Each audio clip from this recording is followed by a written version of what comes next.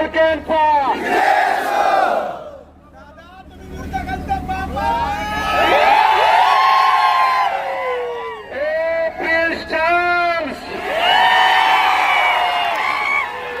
पंढरपूरची तुला गर्दी बघायची होती ना. पंढरपूरच्या का पुण्याच्या घरात एकदा येऊन बघ. आत्मीयता काय असती, प्रेम काय असतं, जीवन काय असतो,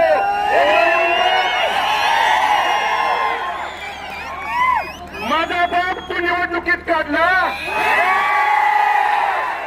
आज तुला रात्रभर माझा बाप झोपेत दिसतो.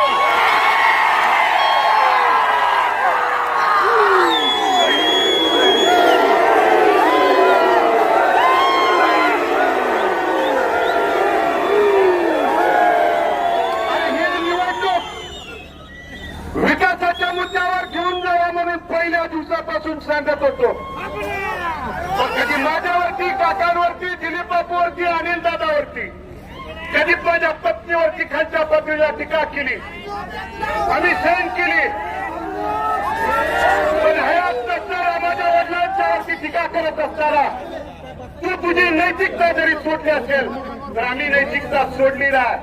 आणि त्या दिवशी सांगितलं होतं बद्दलो या जाडीचा आणि टोपीचा हाबडा तुला ह्या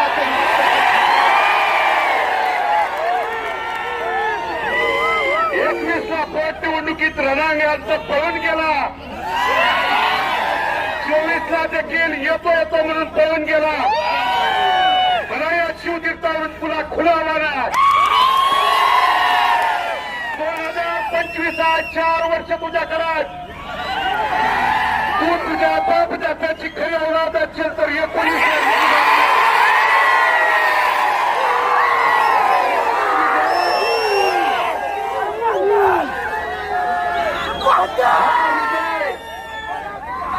1, 2, 3, 11,136 मतांनी दिले. आणि म्हणून बंधुलो मला तुम्हाला सन्मानपूर्वक आवर्जून सांगायचा,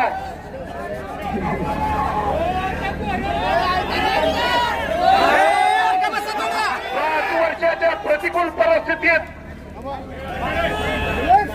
या परिवारातला तमाम इथला माझी मायबाप, वडीलधारी मायबाप, तरुण सहकारी या कुलावासाठी तिष्ठत होता. कुलावाची मनामध्ये खंत होती. बाळासाहेबांच्या आशीर्वादानं, तुमच्या सगळ्यांच्या सहकार्यानं, पाठिंब्यानं आज पडलेला गुलाल, या गुलालाची आणि भारतनाची शपथ घेऊन सांगतो, भविष्य काळात जाईल तिथं जर गुलाल घेतला नाही तर आणि मला या 5 वर्षाच्या काळात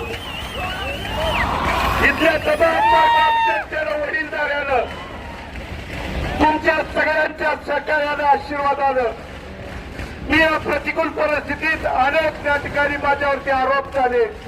कुणी सांगितलं भालके संपलेत, अरे तुझ्या बापाला भालके म्हणून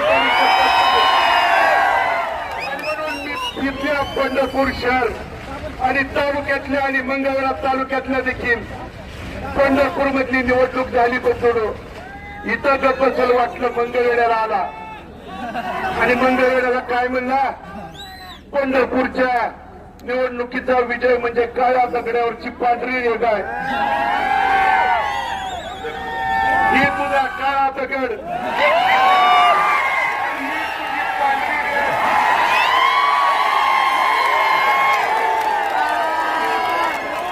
नुसत्या पंढरपूरचा गुलाल नाही, जर मंगळवेढचा देखील गुलाल त्या ठिकाणी घेऊन आलो. पुढच्या काळात जिल्हा परिषद असेल, पंचायत समिती, पण बंधूंनो खऱ्या अर्थानं अंतकरणपूर्वक, ऋणपूर्वक कुणाचं ऋण व्यक्त करायचं असेल तर भगीरथ या 5 वर्षात लढला. त्या लढायला बळ जिथल्या खऱ्या अर्थानं उपस्थित माझ्या मायबाप तरुण सहकार्यांनी, माता भगिनींनी आणि सहकार्यांनी दिलं. माझा बाप खऱ्या अर्थानं आज जिवंत ठेवण्याचं काम तुमच्या संघर्षानं, स्वाभिमानानं, तुमच्या लढाईनं, तुमच्या त्या ठिकाणी कार्यकर्त्यांची निष्ठा, प्रेम काय असतं या खऱ्या अर्थानं भारताला जिवंत ठेवण्याचं काम तुम्ही त्या ठिकाणी केलं. त्यामुळे तुमच्या अर्थकर्ता तुमच्या त्या ठिकाणी या केलेल्या कामात भगीरथ बालके आणि बालके कुटुंब कधी त्या ठिकाणी उतराय होऊ शकत नाही. पण या पुढच्या प्रिन्सला आणि त्याच्या बगल बच्च्याला सांगणार 11,000हून अधिक मताधिक्य पंढरपूर शहरातल्या मायबावलांनी मायबाप जनतेने दिलंय. इथून पुढे तर त्या ठिकाणी सूडबुद्धीचं राजकारण करायचं बंद कर. कारण बंधून इलेक्शन मध्ये त्या ठिकाणी सरकार बाजार म्हणून हाताशी धरून एक गुन्हा केला, दुसरा त्या ठिकाणी केला. काल परवा तुम्हाला सांगायचा प्रिन्स चार्जच्या घरात त्यांनी माझ्यावरती 3रा गुन्हा दाखल केलाय. काय केला? यांची त्या ठिकाणी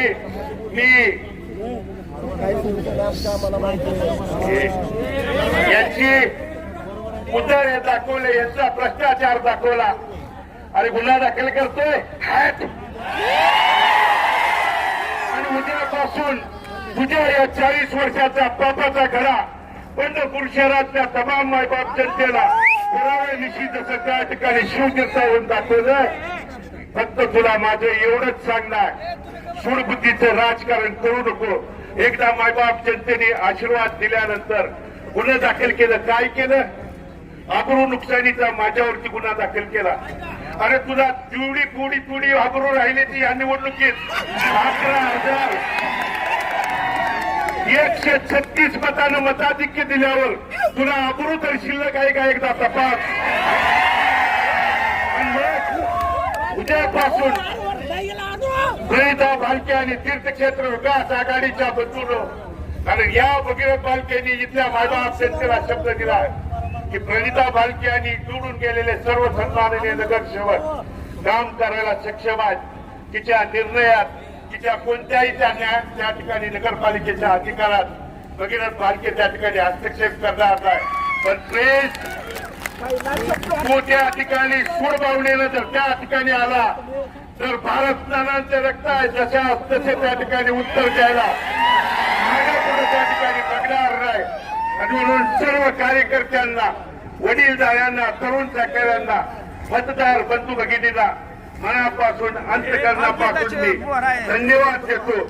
आपण टाकलेला विश्वासाला पंढरपूर आणि मंगळवेढा दोन्ही नगरपालिकेच्या तमाम मायबाप जनतेला अंतकरणपूर्वक धन्यवाद देत असताना तुम्ही टाकलेल्या विश्वासाला किंचित देखील तडा जाऊ देणार नाही. या भारत तराला करून त्या ठिकाणी अभिवचन तुम्हाला देतो. आणि परत एकदा सांगतो, तू ये घरातला कोणी ये, रिंगणात मात्र पळून जाऊ नको. वाट बघतोय, रिंगणात मात्र पळून जाऊ नको. तू या ठिकाणी मठवरवर निडवं कोणी येऊ दे. आणि मला तमाम इथल्या प्रमुख कार्यकर्त्यांना, पदाधिकाऱ्यांना आवाहन करायचं आहे की पोलीस प्रशासनाला, कारण 5 वर्षात आपण पराभव देखील संयमानं